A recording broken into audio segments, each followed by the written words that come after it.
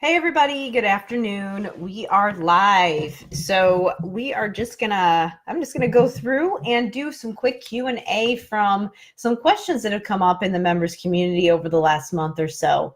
So as always, you can always ask questions as I'm talking and I can answer them in real time. But what I normally do on these sessions is just look at some of the questions that have been coming up from our members and simply go through and answer some of them. Now, a lot of these, there have been some threads in the Facebook group about them, but I do like to elaborate a little bit on them just to make sure that we can really solidify our understanding, and then also just to, in case somebody else has the same question and maybe they missed the thread or it got pushed down in the news feed, just so that we can re-explain that in case somebody else has the same question.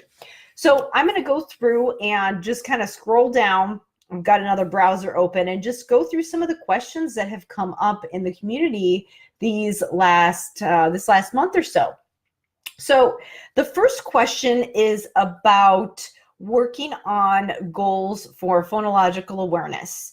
So obviously, a lot of times when you are working on phonological awareness, sometimes it falls under our scope. We could work on this, but a lot of times in the school, you might be co-implementing this, or you might be working it into your therapy, but maybe there might be another teacher who is the one that's actually tracking that goal because there's somebody else who is actually working on the reading goals, even though what you are doing should be having an impact on those things. So the question was just about the student only. There's a student who only gets speech and remedial reading, and the teacher is saying that the student is breaking down with CVC blending, but obviously that's a lower skill, but the student is in third grade. So obviously she should be way further along than that. She should be able to blend CVC words. So she's obviously way lower than what you would think. And obviously in third grade, most kids wouldn't even really be working on phonics and phonological awareness. By now, at this point in the year in third grade, you would be really on that more reading to learn than learning to read, even though we are still solidifying some of those things, and kids are starting to learn multimorphemic words and things like that. So obviously she's well behind. So the question was about how to write a goal. So the first step that I always say when you're trying to write a goal is that you want to figure out what is the observable behavior in that goal. If you can figure out that part of the goal, usually the rest of it comes into place. So if you can figure out what that little phrase is, that can usually set you up for writing a pretty good goal that you can measure. So with this specific case, the student cannot blend CVC words. So you could simply do something like student will blend CVC words with X% accuracy, or student will segment CVC words with X% accuracy. So obviously if they're struggling with that specific skill and you want them to be able to do it, the observable behavior in your goal would be that specific behavior. So the fully written goal would be something like student will blend CVC words on 4 out of 5 trials or something like that. So obviously you want to have the observable behavior and then the level of accuracy, and then you also might need to have somewhere in the statement something about when they'll achieve the goal. And a lot of times if you're doing insurance or IEP paperwork, they might have that end date somewhere in the paperwork elsewhere, so you don't always have to write it into the goal. The other thing I wanted to point out with this specific situation is that this student is likely well below grade level. So if you're trying to figure out how to make it relevant for this, where the student is, but also align with the curriculum, there's a big misconception here. A lot of people think that the goal needs to be something that's age appropriate. That's not necessarily true. You can still be aligned with whatever those third grade reading goals are and be doing a skill that's not a third grade skill, with the understanding that it aligns with that goal because it's going to get you closer to whatever that Common Core standard is. So what you want to do there is when you write the goal, obviously you're going to have a goal for wherever that student is, but what you might want to do in addition to is figure out where that student is, and then figure out what might be a skill that might be one level above that. And you might have one goal for where they are now to get that more solid, and then you might have a goal for whatever the skill is that's the next level up. It might not be up here at 3rd grade level, but it's going to be something that's moving them towards that. So always you want to be figuring out, like, here's where the student is, here's where they are, and then the goal should be like somewhere right in here, ideally, in order for you to be pushing them and align with the goals or align with the standards. All right, so that is that. Let me go on to the next question we have here. Okay. This is actually a procedural question that doesn't necessarily just apply to language therapy, but maybe something that you might encounter if you're this person specifically working in the schools, but could happen in another facility as well. And so the issue is started a teletherapy position, and the students that she has have paperwork that's due before the end of the school year, and she's coming in the middle of the year, and she's finding that there's all this paperwork that is past due, and there's no way that she is going to be able to remediate it because either there wasn't an SLP there to do it, or maybe the SLP that was there before didn't do it in time. So for whatever reason, the paperwork did not get done, and technically the district is out of compliance. So obviously, if that happens, it's not your fault, but you kind of have to clean up the mess. So what you would do, obviously, is, on any of the paperwork, you're going to make sure to document the date that you inherited the student, because that way they can't come back and say, hey, you were the SLP this year. Why wasn't this meeting done at this time? You want to have that documented, that you received the paperwork on X date, which was after the date that it was due. And then something else that you might want to do for good measure is just send a note out to the parents or communicate in some way that the plan is past due, but you are going to continue providing services, and you'll revise the IEP on whatever the date is.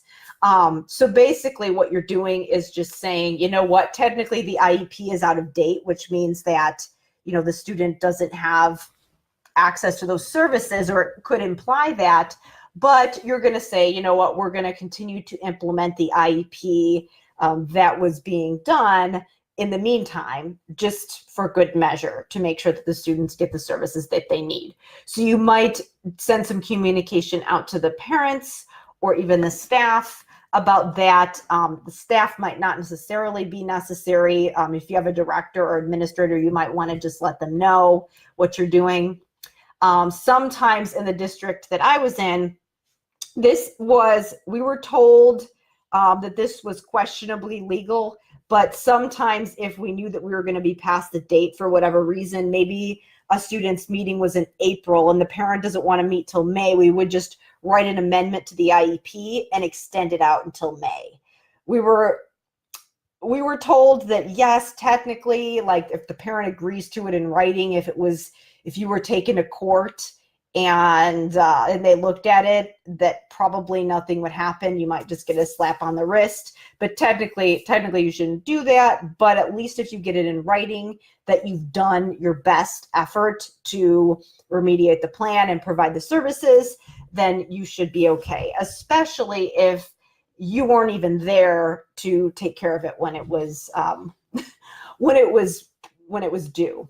So that's how I would handle that. Just clean up the mess as best as possible and don't lose any sleep over it. And make sure that you've got a good document the next year so that you can stay on top of those dates so that it doesn't happen again. Because obviously if it happens once, that's understandable. Probably not your fault the first time if you came in and inherited the problem, but if it happens again, it won't look very good.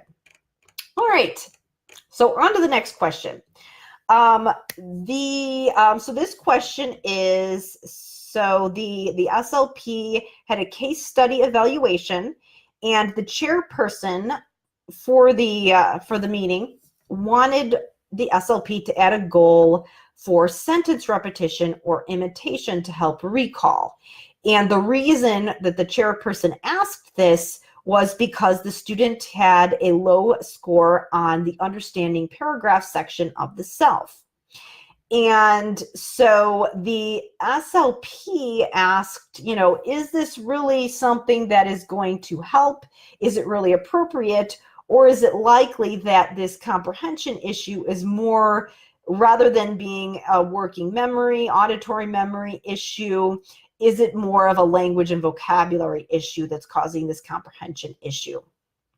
So the question is she on track? And she said no, that goal isn't appropriate to add. And was this the right thing to say? So my first response obviously was yes, for a number of reasons. Number one, there could be some working memory issues going on, but working on those rote drill things, there's not a lot of evidence to show that we can actually improve working memory with exercises, with those auditory memory exercises.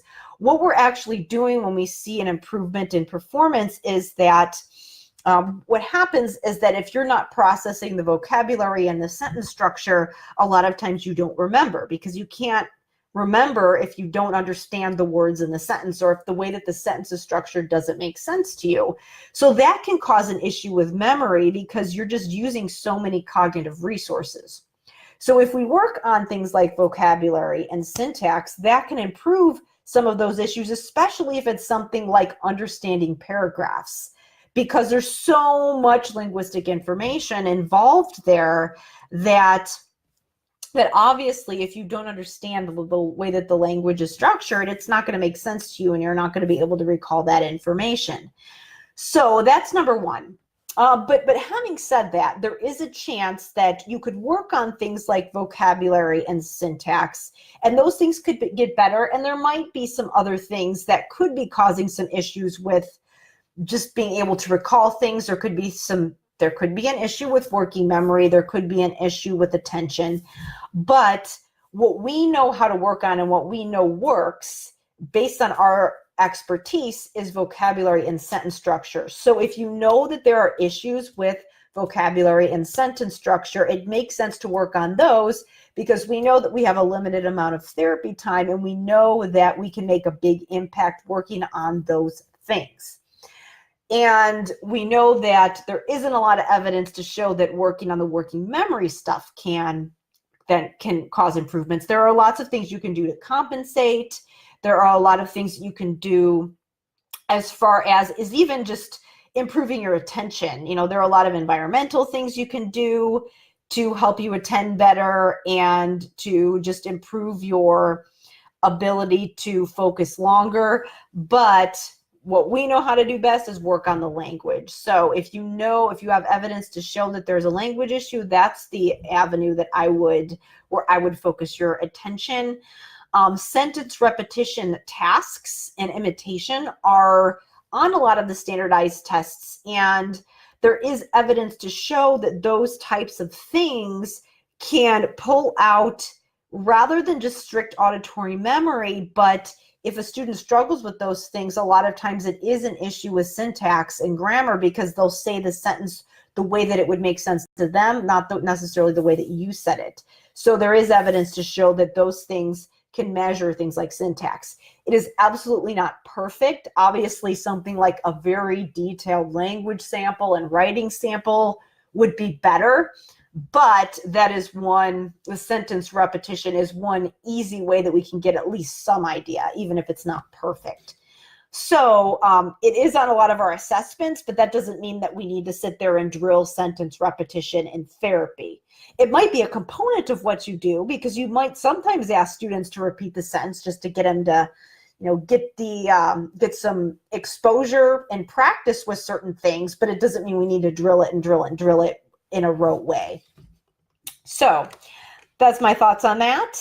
We had a pretty good discussion there in that thread. Next question was about English language learners. So the question is that there's an English language learner. The teacher is concerned about the language. The student spoke Spanish from birth and English shortly after. And so obviously the poster is saying, you can't tell if the student has an impairment in Spanish, obviously, if you're assessing English. So how would you handle this situation if a student does not speak English as the first language? Which one is technically the first language? So what you'd probably want to do here, because a lot of times when a student is bilingual, there is a chance there might be some delays in language, but it doesn't necessarily mean that there will always be one. And in this case, it's a little bit fuzzy because it's not like the student was 5 years old and then they're just learning English. The student learned Spanish, but then learned English shortly after. So it's kind of a in between. Is this an English language learner, or is this someone who just is bilingual? So it's a little bit fuzzy there. So in this specific case, as far as figuring out how to evaluate, obviously the gold standard would be to evaluate the student in Spanish and evaluate the student in English and get that comparison to see if there is a language delay in both languages. However, you need to be bilingual if you are going to do that. So in this case, what you could do is get as detailed of a language sample as possible in both languages, do assessments in both languages.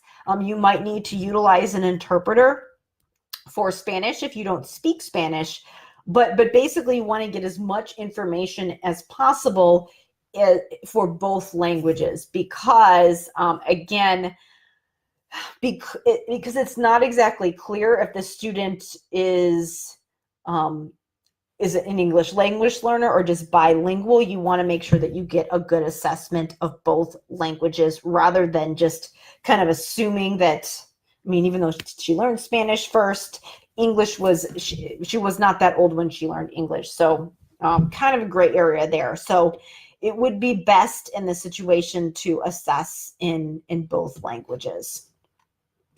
All right. Those are always tricky because unless you are bilingual and have access to a lot of tests, it can be really challenging. That's why something like a language sample can be really helpful because you don't need as many tools to do that, but you need time. So yeah, that was that question here. Hold on, I've got something popping up on my screen here. All right. Last question that came up was about, there was a person who was looking for some just words to work on with their students to help boost their ability to read sight words. And just asking, there was a specific resource that was linked. And the question was just, is this a good resource? I'm going to actually share the link in the comments here so you guys can see what I'm talking about. And if you guys scroll down, you'll be able to see some of these other threads that I've mentioned here. But basically, here's this resource, which it's got a bunch of sight words. Is this a good resource? So the first thing that I have to say usually is whether or not it's a good resource. If there's a big word list that has a lot of high frequency words, and you know that they're words that are that occur frequently, usually there's a way that you can use it. I won't say that you can't go wrong because the effectiveness of the tool is only as effective as the person using it. So word lists are always great, but it really depends what you do with the words and how you teach the words. So the problem with sight words is that a lot of people explain them wrong and understand them incorrectly, and as a result, teach them incorrectly because they assume that sight words mean memorization. And it's not exactly that. It's just automatic processing is a more accurate way to say that. So we see the symbols, we immediately process those written symbols and attach them to that phonological representation of the word and what it means to us, and then we say the word. That all happens in a split second. If you have a mental orthographic image of that word, and if you can read that word or spell that word really quickly. We assume that that's memorization, but it's really all of that stuff happening really quickly.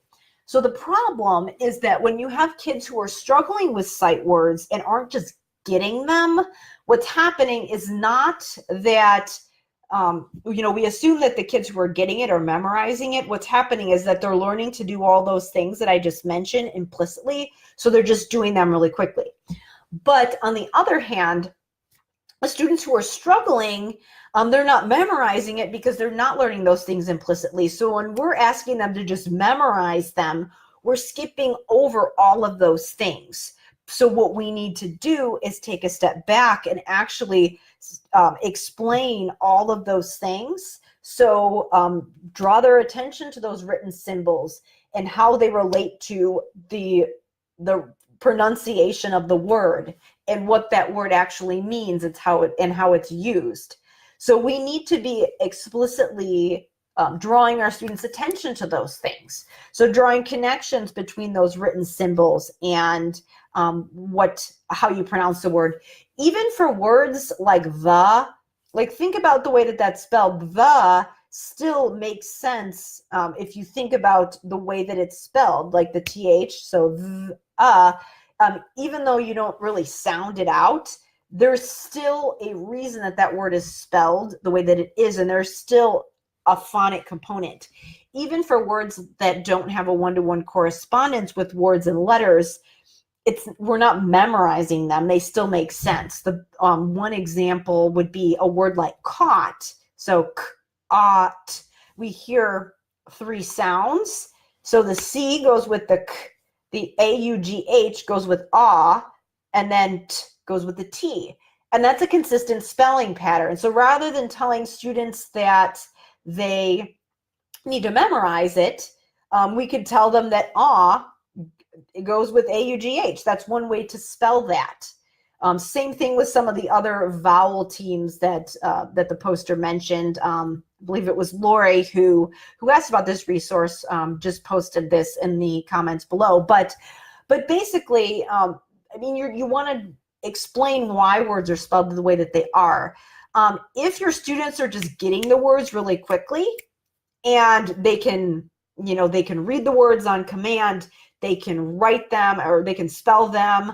When they are reading a book and they see that word, they read it accurately. When they are writing sentences, they remember how to spell that word. Then that means that they have a mental orthographic image. You don't probably have to go through all of these steps with them. But if they aren't getting it, then you do need to take a step back. And rather than teaching them like rote memorization and just trying to get them to memorize it, you want to draw their attention to those things.